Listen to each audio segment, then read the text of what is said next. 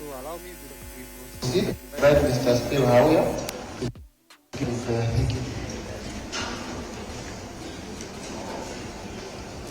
Let us pray.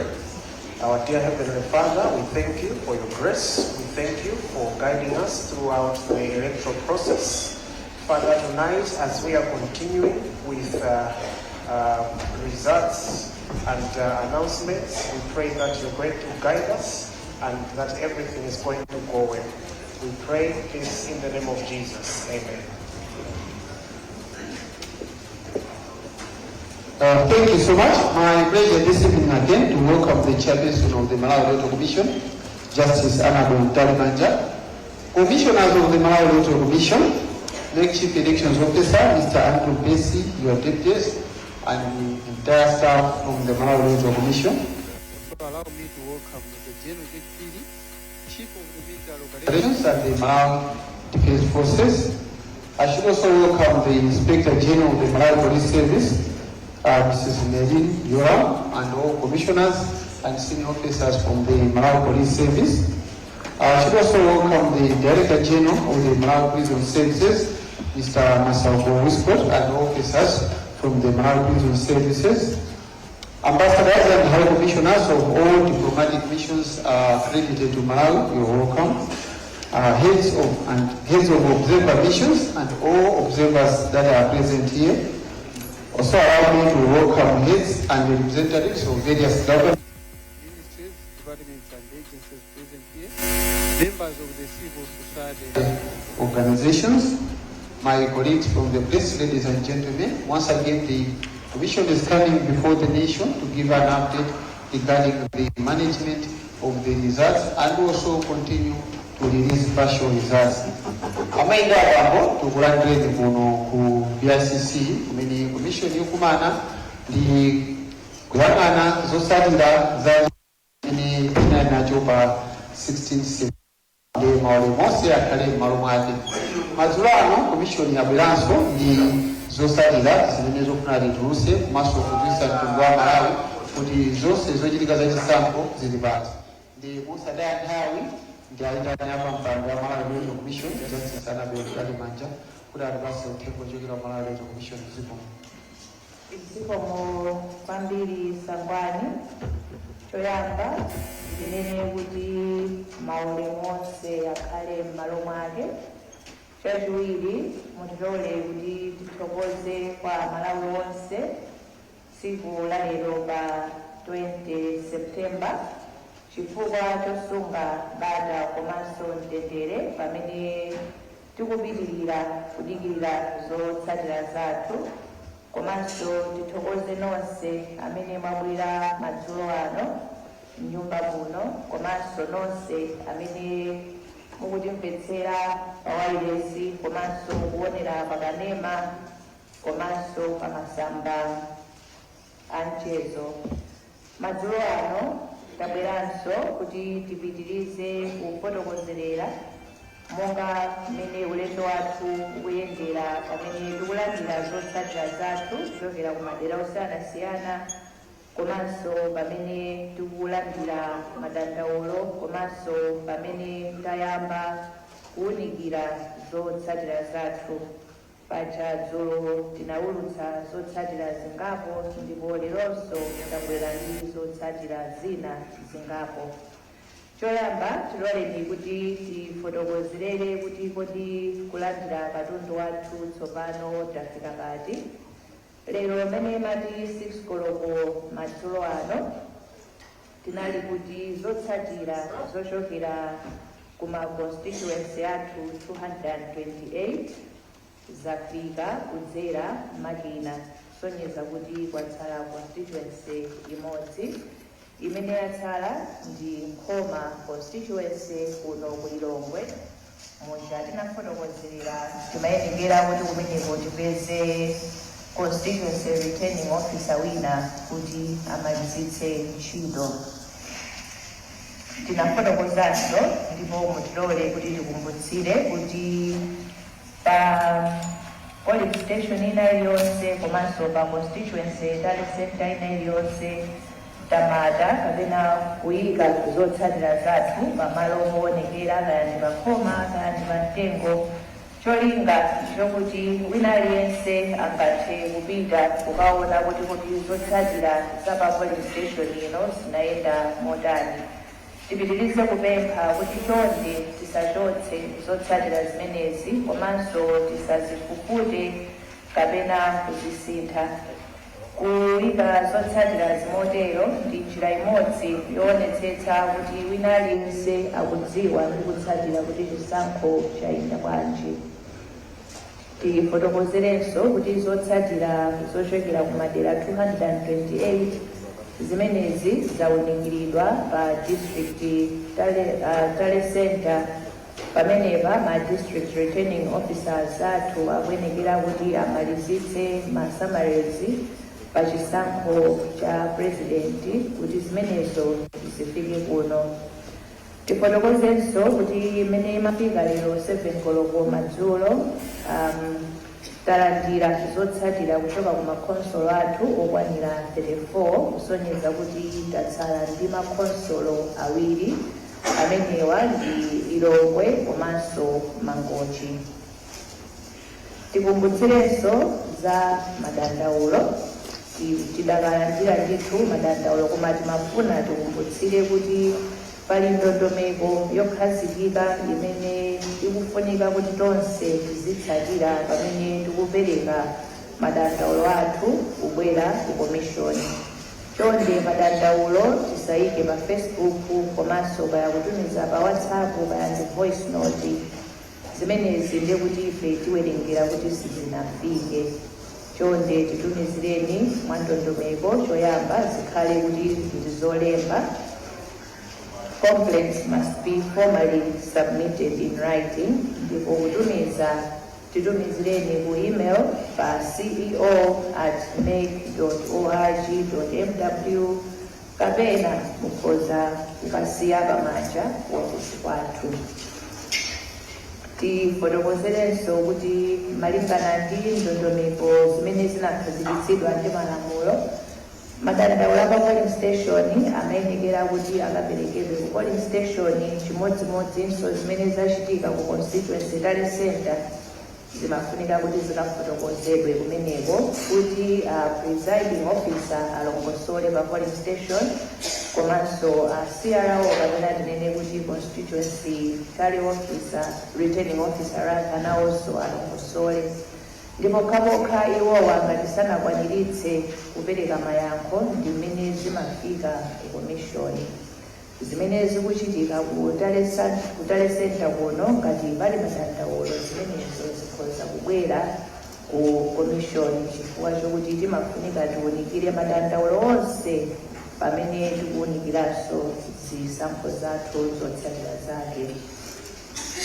Lero komishoni yawunikira zotsatira zochokera ku madera angapo ndipo tikhala tikufotokozerera zimenezi.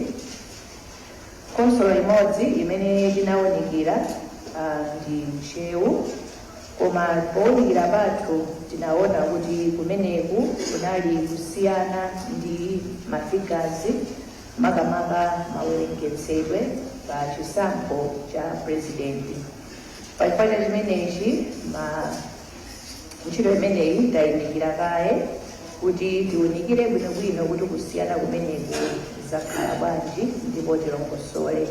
Ndiye pachifukwa chimenecho lero sitiwulutsa zotsatira zochokera ku Mchewu angakhale kuti komishoni inalingalira ndithu ndipo zikanakhala kuti zonse zili m'malo mwake ikanakhala mu mndandanda wa tsiku la lero.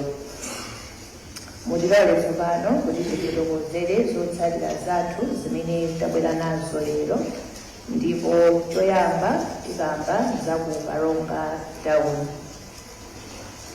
Ku Kalonga Town Council anthu amene analembetsa mu chisankho ndi 26,702, amene anatuluka kukaponya voti ndi 18,235, imene inali 68.3%. Mavoti osavomerezeka anali 463, imene inali 2.5%.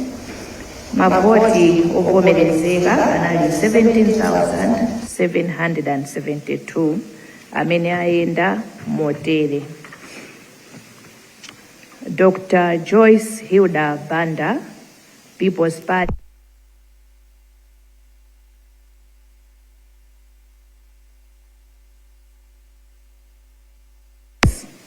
Akwame Bandawe of Anyamata Atsikana Azimai, 101 votes. Dr. Lazarus Makathe Chakwera, MCP, 4,388 votes. Kamuzu Shiwambo of People's Transformation Party, 58 votes. Adil James Chilungo, Independent, 26 votes. Cosmas Felix Chupojola, Independent, 32 votes. Dr. Dalitso Kabambe, UTM, 3,413 votes. Atupele Austin Muluzi, UDF, 182 votes. Professor Arthur Peter Mutarika, Democratic Progressive Party, 8,971 votes. Punziro Mvula, Independent, 11 votes. Frank Tumpale Mwenifumbo, National Development Party, 120 votes. Dr. Kondwani Nankuma, People's Development Party, 16 votes. Jordan Sauti, Patriotic Citizens Party, 3 votes. Smart Mlumbe Swira, Independent, 5 votes. Miwad Tobias, Independent, 2 votes. Dr. Michael Biswick Usi, Independent, 2 votes. Dr. Michael Biswick Usi Ojazake Alibe Mlandu, 104 votes. Zimenezi ndiye zotsatira za ku Karonga Town Council. Tsopano tipite ku Zomba City. Kumeneku amene analembetsa mkaundula wathu wa voti ndi 57,250. Ndipo amene anatuluka kukaponya voti anali 45,185, imene ili 78.9%. Mavoti osavomerezeka 619, imene ili 1.4%. Ndipo mavoti ovomerezeka anali 44,566, amene ayenda motere. Dr. Joyce Hilda Banda, People's Party, 326 votes. Tokozani Banda Manyika, Independent, 58 votes. Akwame Bandawe Anyamata Atsikana Azimai, 49 votes. Dr. Lazarus Makathe Chakwera, Malawi Congress Party, 3,472 votes. Kamuzu Chiwambo, People's Transformation Party, 36 votes. Adil James Chilungo, Independent, 35 votes. Cosmas Felix Chupojola, Independent, 31 votes. Dr. Dalitso Kabambe, UTM, 3,990 votes. Atupele Austin Muluzi, UDF, 738 votes. Professor Arthur Peter Mutarika, Democratic Progressive Party, 35,536 votes. Punziro Mvula, Independent, 51 votes. Frank Tumpale Mwenifumbo, National Development Party, 11 votes. Dr. Kondwani Nankuma, People's Development Party, 38 votes. Jordan Sauti, Patriotic Citizens Party, 6 votes. Smart Mulumbe Swira, Independent, 10 votes. Miwad Tobias, Independent, 7 votes. Dr. Michael Biswick Usi Ojazake Alibe Mlandu, 172 votes. Tsopano tipite ku Ntchisi. Konsola ya ku Ntchisi amene analembetsa mkaundula wathu wa voti ndi 141,799. Excuse me. Ndipo amene anatuluka kukaponya voti ndi 104,757, imene inali 73.9%. Mavoti osavomerezeka analipo 2,923, imene inali 2.8%. Mavoti ovomerezeka anali 101,834, ndipo ayenda motere. Dr. Joyce Hilda Banda, People's Party, 2,006 votes. Tokozani Banda Manyika, Independent, 722 votes. Akwame Bandawe Anyamata Atsikana Azimai, 1,593 votes. Dr. Lazarus Makathe Chakwera, MCP, 81,635 votes. Kamuzu Chiwambo, People's Transformation Party, 553 votes. Adil James Chilungo, Independent, 149 votes. Cosmas Felix Chipojola, Independent, 129 votes. Dr. Dalitso Kabambe, UTM, 2,671 votes. Atupele Austin Muluzi, UDF, 350 votes. Professor Arthur Peter Mutarika, Democratic Progressive Party, 11,365 votes. Punziro Mvula, Independent, 144 votes. Frank Tumpale Mwenefumbo, National Development Party, 89 votes. Dr. Kondwani Nankumwa, People's Development Party, 111 votes. Jordan Sauti, Patriotic Citizens Party, 32 votes. Smart Mulumbe Swira, Independent, 38 votes. Muwad Tobias, Independent, 50 votes. Dr. Michael Biswick Usi Odiazake Alibe Mulandu, 197 votes. Tipite tsopano ku Salima. Kumeneku amene analembetsa kalembera watu wa voti analipo 186,585. Ndipo amene anatuluka kukaponya voti yawo anali 128,351, imene inali 68.8%. Mavoti osavomerezeka anali 5,236, imene ili 4.1%. Ndipo mavoti ovomerezeka anali 123,115, ndipo ayenda motere. Dr. Joyce Hilda Banda, People's Party, 1,593. Tokozani Banda Manyika, Independent, 720. Akwame Bandawe Anyamata Atsikana Azimai, 1,291. Dr. Lazarus Makathe Chakwera, Malawi Congress Party, 49,443 votes.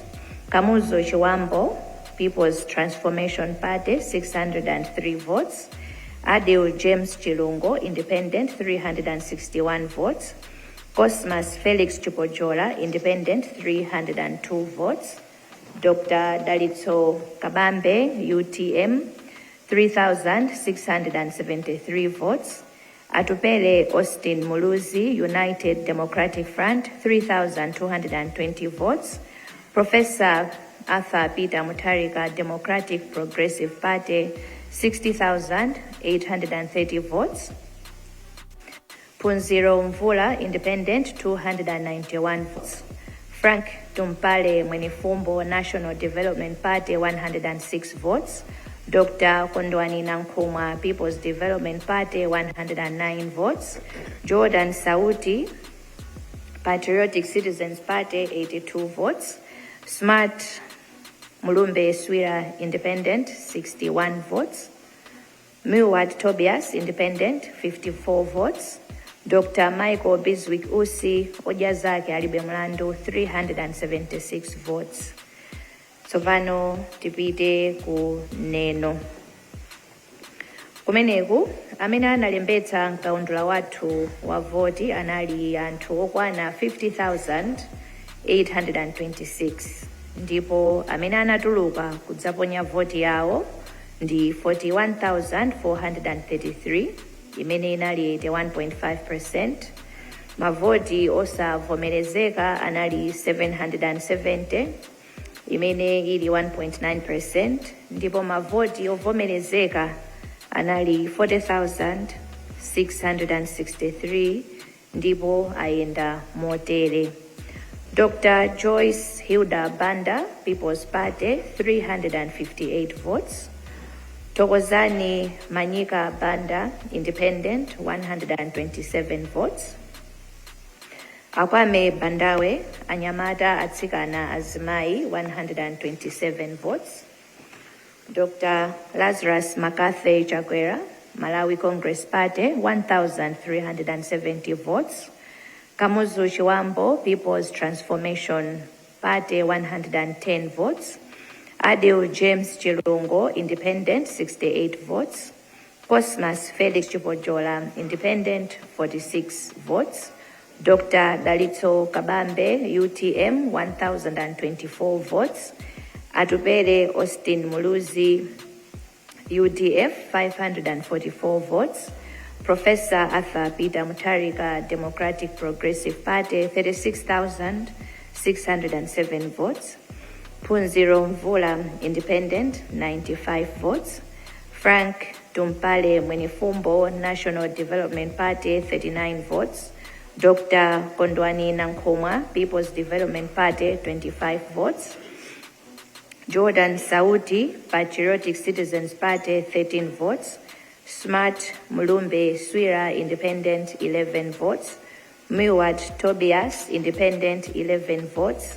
Dr. Michael Biswick Usi Ojazaki Alibe Mlando, 88 votes.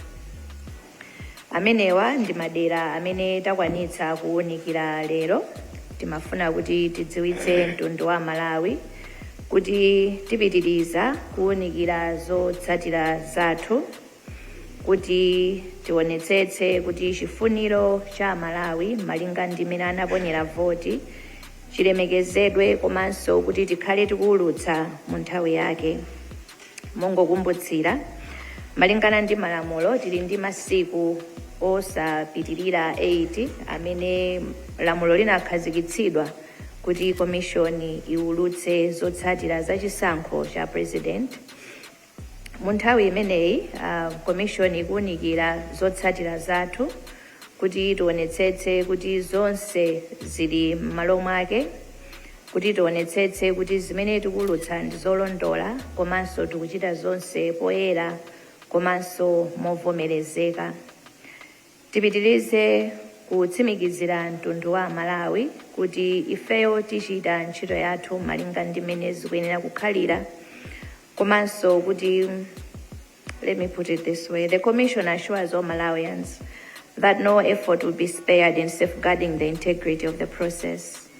Danda lina lililonse kapena funso lina lililonse limene tilandire mu ndondomeko yake, ifeyo tilandira ndithu, komanso tiwunikira malingana ndi ndondomeko zathu, komanso kutsatira malamulo.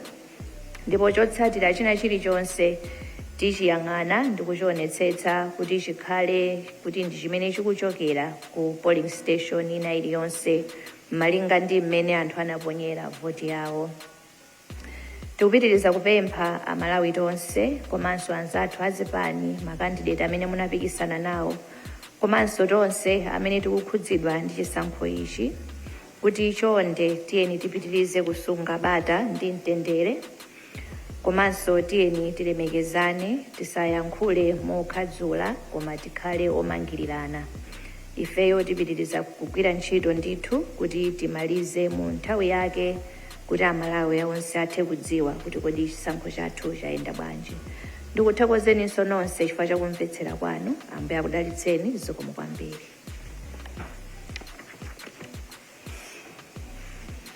Zikomo kwambiri apa mpanda Malawi Electoral Commission. Monga mwa nthawi zonse pakhala pakuperekedwa mpata kwa atolankhani kuti afunse kumafunso, ndi ndikuloleni kuti mubwere kusogolo kuno anzanga atolankhani ngati muli ndi funso.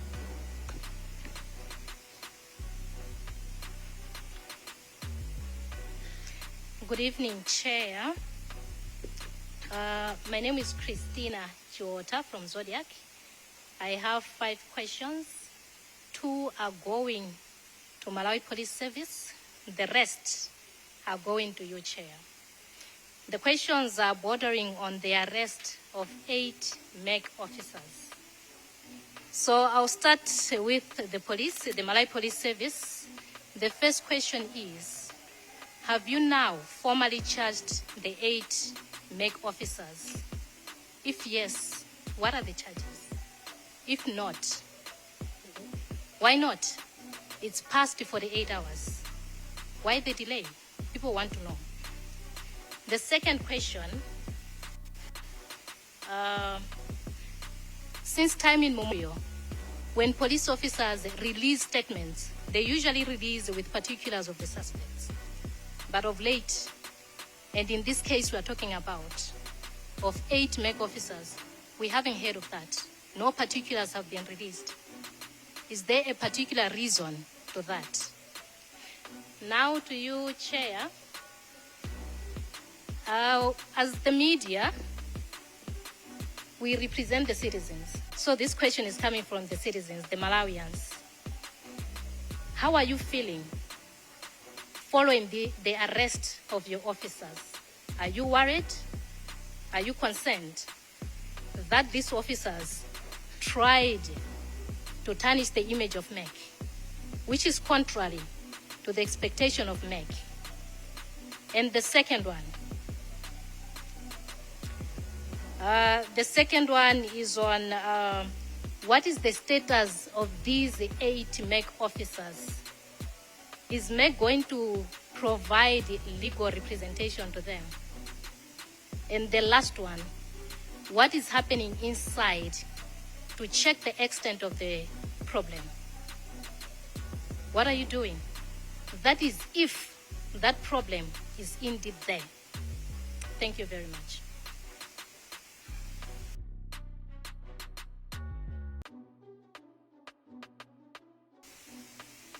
Zikumwambiri Chair, ine ndi Austin Katunga kuchokera ku Mzati Radio and TV. Ndi mafunso atatu. Funso langa loyambirira ndilokhudza zomwe mwafotokoza kuti mwayimitsa kaye zotsatira za kuntchewu chifukwa choti manambala ake ndithu akusiyana. Timangofuna kumvetsetsa kuti kusiyana kumeneku kuli pati, kukubwera motani, komanso zikutengereni nthawi yotani pofuna kuonetsetsa kuti chilichonse kumeneku chili m'malo mwake. Nkhani yachiwiri ndiyokhudza masanawo kunali msonkhano wa atolankhani omwe unakonzedwa ndithu ndi chipani cha United Democratic Front UDF. So kumeneko Alex Kalula amene ndi running mate anakambapo kuti mdziko muno akuti muli syndicate yobera chisankho mwaukadaulo, ndipo pakadali pano akuti zachita kuonekeratu pamene syndicate imene yagwiritsanso ntchito mamonita achipani pobera zisankho zimenezi. Timangofuna kudziwa kuchokera ku bungwe la MEC kuti mungathe kuyankhulapo zotani akuti syndicate itu iliko ndithu yobera chisankho. Mukudziwa izi? Ngati mukudziwa mukuchitapo zotani pa nkhani imeneyi? Nkhani yotsirizira, funso lotsirizira ni nkhani yokhudza security. Security imeneyi kwambiri tikukamba nkhani ya amene akupikisana nawo. Tikuzindikira kuti zikakhala kuti mwina 50+1 yalephereka mulingana ndi malamulo. Tinamva kuti anthu awiri amene ndithu number 1 komanso number 2 azapatsidwa chitetezo chowonjezera, koma timangofuna kudziwa ngati pano kuti mwina pamakhala provision ina iliyonse tingoyesezera mwina kwa anthu awiri amene ali kuyambirira kamene akupikisana kuyambirira number 1 komanso 2, kuti mwina pali malamulo apaderadera amene mmatha ndithu kuwapatsa chitetezo kapena ngati ali chitetezo mwina kuwawonjezera chitetezo chimenecho. Zikoma. Dzina langa ndi Kenneth Kondiwa kuchokera ku Ndirande FM. Ndimangofuna tidziwe za madando amene mukuti mukulandira, kuti kodi mukuthana nawo motani kupangira kuti kutsogoloko sizatheka kuti madando amenewa akutengereni bungwe lanu anthu ku khoti, mukuthana nawo kuti mukumalizana nawo bwinobwino. Komanso mmene wanenera zangayo kunali ndithu atolankhani anayitanidwa ndi UDF ndi timangofuna tidziwe kuti kumeneku amadandaula nawonso akuti akulemberani kalata ya madando. Timangofuna tidziwe kuti kodi kalata imeneyi yakufikani. Chair ine Johannes Momba, Team Vene Radio, komanso television.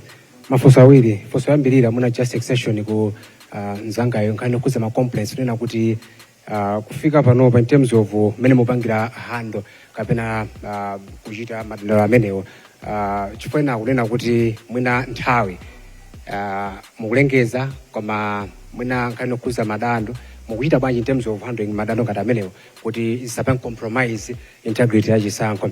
Chachiwiri chair mwina simukudziwa kunjako mudapangisa msonkhano watu ankhani dzulo ambiri anakuyamikirani kuti I think khangati ikusongola. Mafuna ndifunse kuti chambirira kukuyamikirani panopa, are you surprised? Komanso what does it mean? Thank you.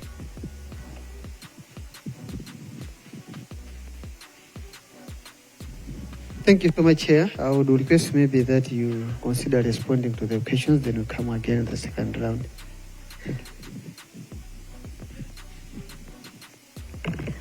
Zikomo kwambiri Sangwani, komanso ndithokoze nyumba yonse chifukwa cha mafunso. Ndiyankha mafunso amene abwera kumeki, koma panali mafunso linali ngati limodzi, koma ndi masabu pati pomwepo. Ndiye ndizapempha Madam Yolam kuti mutiyankhireko zokhudza ku polisi. Madam Christina Chiota, choyambirira mongokumbutsira kuti the commission works within the framework of the law, and in that framework paliso magawo ena amene amafotokoza kuti meki ilemekeze choyambirira constitution komanso malamulo amene anakhazikitsidwa m'dziko muno. Lamulo lina limene lilipo ndi logawa ntchito. Ntchito ya meki ndikuyang'anira za zisankho pamene nkhani za chitetezo komanso zina zotero zili ku polisi. Ndiye pamene munthu apolisi amunyamula on suspicion of having committed an offense that is within the purview of the Malawi Police Service, kwa ife is to respect that and wait for the due process to take its course. Malawi Electoral Commission does not offer legal representation. Ndiye kuti amene the employees amene anyamulidwa, it is up to them to find their own legal representation. Mundirole kuti ndiyankhe motero. However, let me be quick to say munthu akamunyamula amakhala kuti pali ma allegations and they are innocent until proven guilty, and tingonena kuti ifeyo who allow the due process to take its course.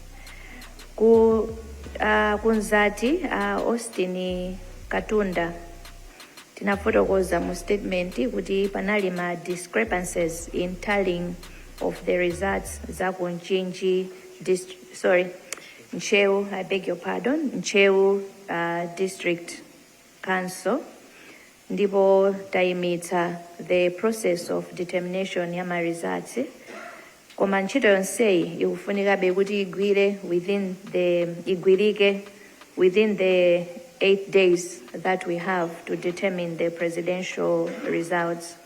Ndiye ndikutsimikizireni kuti pamene tikuwunikira, we are still mindful of the limitation of time that we have.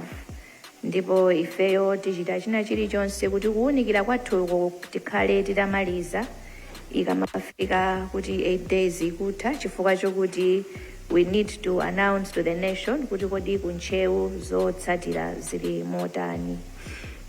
Mwafotokoza kuti kunali UDF anachita press conference, ndipo afotokoza kuti ma monitor anagwiritsidwa ntchito kuti abere zisankho. Ndiyankhe motere, mukakumbukira statement yathu takhala tikufotokoza kuti ngati pali madandaulo amayenekera kuti abwere formally, and certainly not through a press conference, certainly not through any other medium other than a formal complaint. mundilola kuti ndiphatikize ndi funso limene linabwera, I believe it was Lero and FM. Talandira complaint yochokera ku UDF ndipo imene ilikuwunikira. As far as my memory serves me, panalibepo nkhani yokuti ma monitors agwiritsidwa ntchito kuti abere zisankho. Should we receive that complaint, we are going to look at it in the same manner imene tikuyang'anira ma complaint ena aliwonse. Mwafunsako za security kwa ma presidential candidate, kwinako munaziyankha nokha malinga ndi mmene alili malamulo. Security imaperekedwa to presidential candidate pamene zotsatira zachisankho zaulutsidwa ndipo papezeka kuti palibe candidate amene wapeza 50% plus 1, ndipo ifeyo ngati ameki talengezetsa kuti kufunika kukhalenso chisankho china kapene tinene kuti runoff. In the event there is a runoff, the law expressly provides kuti ma candidate 1 ndi number 2 amene apikisane pa chisankho cha runoff ndi amene amapatsidwa chitetezo with the state security agencies. Ngati chili chisankho ngati chimene takhala nachochi, there is no requirement kuti amene anapikisana nawo apatsidwe chitetezo in that manner. Ku Lero and FM munafunsanso kuti kodi madandaulo amene tikulandira tikuchita nawo motani. Tinafotokoza mu statement yathu kuti dandaulo lililonse limene tikulandira tikukhala pansi ndi kuwunikira, ndipo tikawunikira choncho kuti tapeza ma resolutions. Ngati pakufunika solution ndiye kuti tipanga motero. Ngati complaint yomwina yasochera ndiye kuti tiyitumiza kumene ikuyenekera kupita. Mukakumbukira masiku apitawo tinafotokoza tinalandira madandaulo ena amene amadandaula kuti makandidate ena amapereka ma handout. Tinafotokoza kuti madandaulo amenewa amene akupita kwa registrar of political parties, ndipo tinawunikira iwo amene anadandaula kuti akapereke madandaulo koyenerera. Ndi fotokozerenso mophatikizira, I think munafunsanso, it was another person omwe sindinalembe dzina, kuti kodi madandaulo tichita nawo bwanji pamene tikufunikira kuti tiulutse zisankho. The obligation on the part of the commission is tisanaulutse zotsatira tikufunika kuti tipange resolve all complaints, and that is why we keep reminding everyone to submit their complaints. Cholinga ndicho kuti madandaulo onsewa tiawunikire kuti likamafika tsiku limene tikunena kuti zotsatira zathu ndi izi, tikhale kuti madandaulo onse taawunikira ndipo ma solution tapereka. Koma ndifotokozerenso kunena kuti ifeyo tikakhala kuti talandira dandaulo ndipo tapereka yankho lathu, koma amene anadandaulawo ngati sanakhutire ndi yankho limene tapereka, ali ndi ufulu pa malamulo kupita ku khoti kukafotokoza kuti tinali dandaulo ili tinakapereka ku commission, koma amene atiyankhira sitinakhutire, ndipo khoti limayawunikiranso nkhani imeneyo. In other words, if we receive a complaint, we resolve it, but the complainant is not satisfied, the law provides an avenue for them to petition the High Court to consider the matter again. Zikomo kwambiri, ndipemphe Madam Yolam.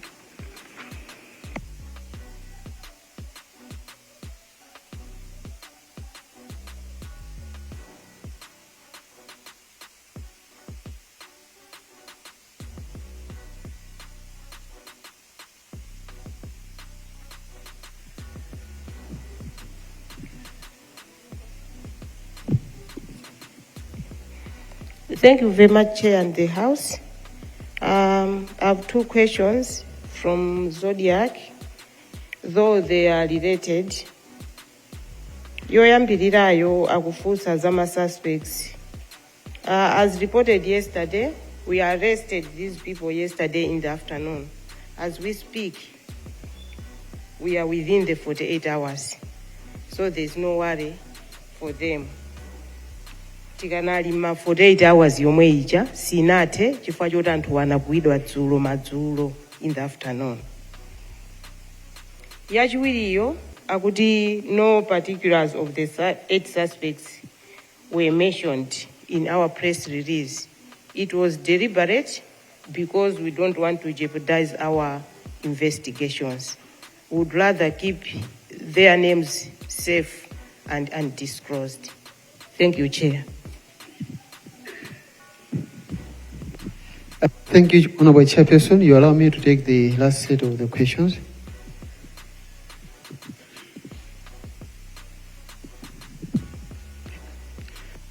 Sikwambili, Madam Chair, dzina langa ndine Brino Foster, mudzi wa radio station.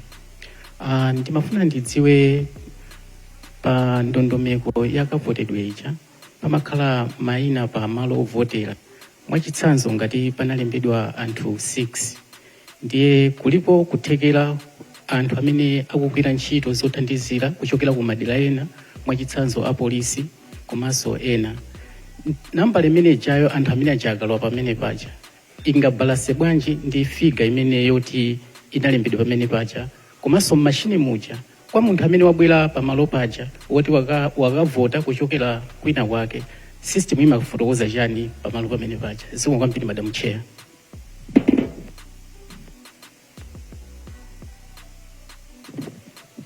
Thank you, Madam Chair. My names are Ruth Dawood from Angaliba. My questions are,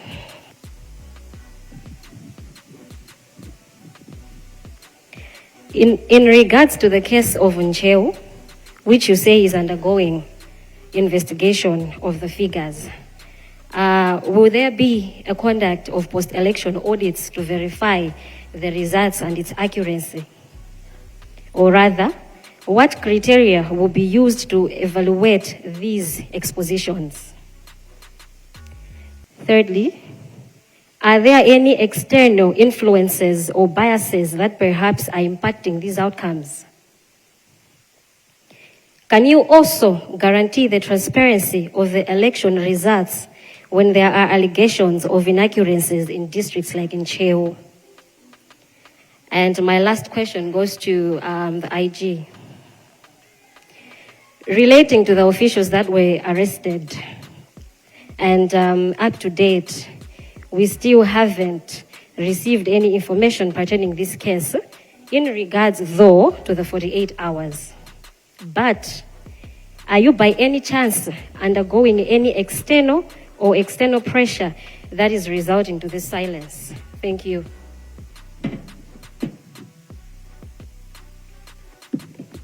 Zikomo, Madam Chair. Dzina langa ndi Blessings Bomati kuchokera ku wireless ya Timven komanso kanema wa Timven. Funso langa ndi limodzi, sindikudziwa ngati commission yanu ikudziwa kwa nkhani yakuti namwino wina amene anali oyang'anira zisankho pa Nkhate polling station amafuna kuzipha. Nkhani yake kuti sanayendetse bwino zisankho kumeneko mboma la Chikwawa, yomwe ikufana naso ndi nkhani imene inachitika mtsiku la dzulo ngati sindikulakwitsa kumeneko ndi ku constituency ya Nkhoma kutinso amafuna kuzipha. Ndimafuna kudziwa bwinobwino ngati mukudziwa nkhani imeneyi, komanso kuti kodi chikuchititsa nchani chifukwa anthu kunjaku ali m'mafunso nkhani imene ripoti likumabwerera polisi kuti sanakhutire ndi mmene akuyendetsera chisankho, kodi ino ndi mmene mwazimvera, komanso kunena kuti nkhani ngati zimenezi zopereka mafunso chonchi, kodi mukamawatumiza kuti akagwire ntchito zimenezo mumathandiza motani maphunziro awo maka ku nkhani yakaganizidwe kangwiro? Zikomo.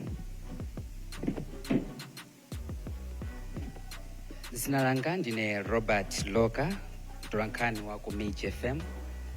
Madam Chair, ndikukumbukira bwinobwino kuti masiku apitawo mudazayankhulapo pa nkhani yokhuzana ma presidential candidates ena komanso zipani zina zomwe zimanena kuti zikusogola pa chisankho chimenechi kutengera ma results osasimikizika. Commission yanu mudazafotokozapo mowapempha kuti asapange zinthu ngati zimenezo. Komano pano kuchitikaso zinthu zina pamene taona ma presidential candidates ena avomereza akuti kuti agonja pa chisankhozi ngakhale kuti commission sinalengeze zosatira zosimikizika. So timangofuna ndingomva comment kuchokera ku commission pa zimene zikuchitika zikuti pali ma candidates ena avomereza kugonja ngakhale kuti commission sinalengeze opambana. Kulengeza opambanako ndiko zitanthauzanso kuti kulengezaso ogonja. Zikomo.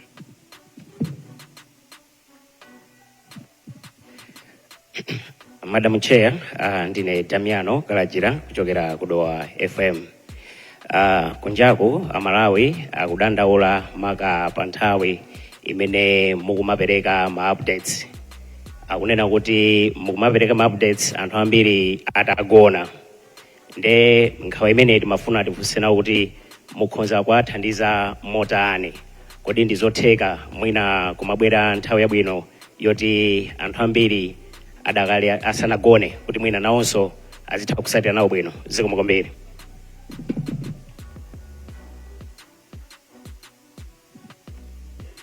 Chair, tsinanga ndi Robson Patson, ndimagwira ndi wireless channel 4 Nations komanso TV. Chair, dzulo kunabwera galimoto yonyamula zipangizo zanu zochokera ku Chitipa, koma itafika panjava inachedwa kutsitsa katundu. Kufufuza kwathu malinga ndi sosi wathu amene anatiuza kuti munayiwala ka box kameneka kunena kwawo amati ndi EMT. Ndimafuna amutsimikizire ngati izi zinachitika akuti kameneka munayiwala muzinda wa Mzuzu koma galimoto ndi yakuchitipa. Ndimafuna ndimvetsetse kuti ngati kana munayiwaladi chinachitika ndi chani, komanso tamvetsedwa kuti katundu amene munayiwalayo anabwera pa galimoto yayokha kuchoka muzinda wa Mzuzu. Security yake inali yotani kudzafika kuno, komanso ngati inalidi EMT popeza nkhani zokhudza security zikukhala ngati zikupereka mpungwepungwe muno, kanali ndi masilu bwinobwino. Zikomo kwambiri Chair.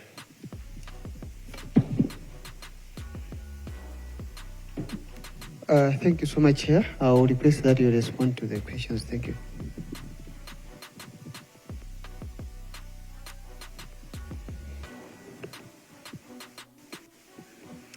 Zikomo kwambiri ndiambire Foster. Zoonadi na wa protocols and mene tinakhala tikufotokozerera, and it's public knowledge. Voter registration statistics yathu tinafotokozerera, and it's on our website. Komanso polling station ina iliyonse ili ndi chiwerengero chake. Koma mukakumbukira kuti sometime in August Parliament passed an amendment to lamulo lathu loyendetsera chisankho cha president, aphungu a nyumba ya malamulo komanso makhansala, kuti ipereke mphamvu to the commission to issue authority to vote elsewhere ku anthu amene amagwira ntchito za chisankho tsiku loponya voti, komanso anzathu achitetezo, kuonjezeraponso mamonita azipani.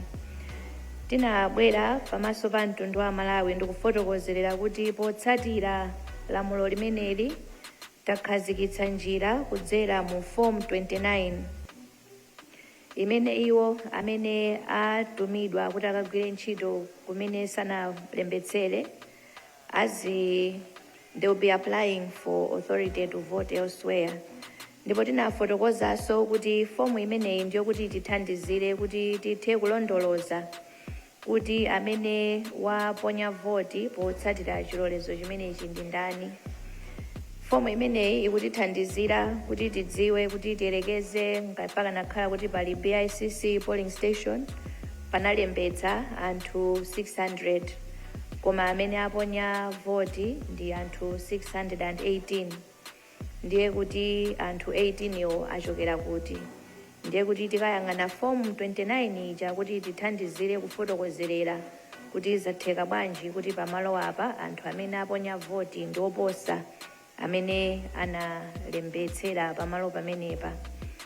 Kusonyeza kuti tili ndi ma form 29 amenewa, amene atithandizire to account for munthu wina aliyense amene anakaponyera voti kumalo kumene sanalembetsere. David kuchokera ku Ngaliba tafotokoza ndithu kuti nkhani ya kuntchewu tikuunikira kuti tilondoloze kuti kodi kusiyana kwa mafiga amenewa zachokera pati. Ndipo sorry Daud, not David, beg your pardon Daud. Tikamaliza zonse tikamazafotokozera zazotsatira za kuntchewu tizafotokozaso kuti zimene tinapeza mukafukufuku wathu ndi zotani.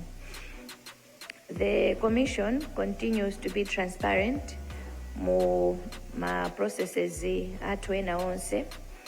Komanso mukaona the design of the law inakhazikitsidwa motero kuti tizitha kuyenda limodzi ndi ma stakeholders and pa nkhani ya the actual electoral activities nkuona timakhala ndi mamonita kuti nawonso athe kuonerera kuti zikuyenda bwanji. And pa polling mukakumbukira timatsindika ndithu komanso kulimbikitsa anzathu azipani komanso ma independent candidate kuti atumize mamonita kuti akakhale pa polling station akaonerere mmene zisankho zikuyendera, kuwerengera mmene kuyendera, komanso kuonkhetsera, komanso kuonjezera apo amapatsidwa copies of the result sheets. Zonsezi is to guarantee one the credibility of the process, komanso just to ensure transparent processes. Ndikukhulupirira kuti mwina tikatero ya funso lanu takuyankhani. Ku Timven mwakamba nkhani za ku Khate police station kumeneku sitinalandire ripoti ina iliyonse. Tikalandira ndikuti tikhala tikufotokozerera. Ku Midge FM mwafotokoza kuti alipo ena amene akuvomereza kuti iwo sanapambane. Tinene kuti kuvomereza kuti munthu sanapambane kapena conceding defeat ndi ufulu umene candidate ali nawo, ndipo commission simamuletsa munthu. Tikumbukire kuti ma candidate onse anali ndi ma monitors pa polling station, ndipo ma monitors amatha kuona kuti chisankhochi chikuyenda bwanji, ndipo anapatsidwa makopi za ma result sheet kusonyeza kuti ma candidate iwo aona mwina amene zayendera, ndipo ndi ufulu wawo kuchita chisankho chodikirira kuti commission iulutse official results kapena iwo angonena kuti iwowo avomereza mmene zikuonekera. Uwu ndi ufulu wawo, koma the commission ndi imene imafotokozerera official results, ndipo monga tayambira tipitiriza kutero mpaka kumalizira. Dowa FM tikumabwera mwina nthawi yooneka ngati yochepa, koma kulingalira kwathu kunaliko kuti mwina tiziganizirako makhonsolo angapo kuti tikamabwera tikhale ndi zotsatira zogwirika osati kungobwera ndi zotsatira za khonsolo imodzi. Choncho kubwera kwathu usiku ndiko kuti mwina tikhale ndi nthawi yokwanira kuti tiunikire ndithu zotsatira kuchokera makhonsolo angapo. Ndi chifukwa chake tikubwera motero. Kwa iwo amene angakhale kuti mwina agona tikumvetsetsa, koma ndikukhulupirira kuti anzathu a nyumba zoulutsa mawu akumakhala akuchita replay zimenezi in the course of the day, komanso tikumakhala ndi dashboard yathu imene ikumaonetsera kuti zimene taulutsa zili motani. Anzathu aku channel for all nations munafunsa za EMD. Timafuna tifotokoze choyamba kuti CMD koma inali biometric voter verification device, kamakina kaja timagwiritsira kuzindikira anthu pa tsiku loponya voti, ndipo kameneka sikuti kanayiwalika koma mwangozi anatsekera limodzi mu ballot box, ndipo zimenezi zinabwera zinabwera limodzi ndi apolisi, sikuti zinangobwera pazokha. Komanso katundu wathu akamabwera sikuti tikumalandirira kuseri, tikumalandirira momono ndithu aliyense akuona. Granted katundu wina akumafika usiku malinga ndi mmene ananyamukira, koma ndondomeko zathu ndizokuti katundu akamanyamuka kumene aliko ma monitors akumakhala kuti akuona komanso adziwitsidwa, komanso munjiramo akuyenda ndi achitetezo, komanso akabwera muno ndikuja tumachita kulengezera kuti talandira chakuti anthu ndikumasuzumira ndithu ndikuona kuti kwabwera zotani. Zikomo kwambiri. Mundilole amayi ndi abambo pamene tafika pano, choyamba kuti ndikuthokozeni